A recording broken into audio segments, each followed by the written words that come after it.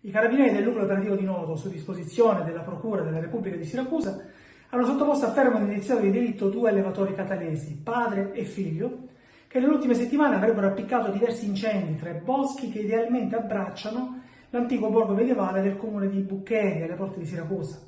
I due, mettendo in pericolo anche le abitazioni e gli stessi residenti, avevano l'obiettivo di incendiare quanti più ettari possibili di macchia mediterranea, di uliveti, di frutteti, tutto al fine di ampliare le loro aree di pascolo. Tutti i roghi erano pianificati con lucida e criminale attenzione. Prima di operare vedevano le previsioni meteo, verificavano le temperature, vedevano addirittura la direzione del vento, al fine di poter dirigere le fiamme verso le terre di loro interesse.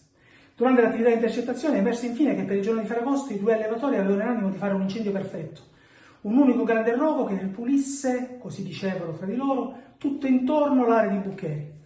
in maniera tale di avere l'anno prossimo un ampio pascolo sempre a loro disposizione.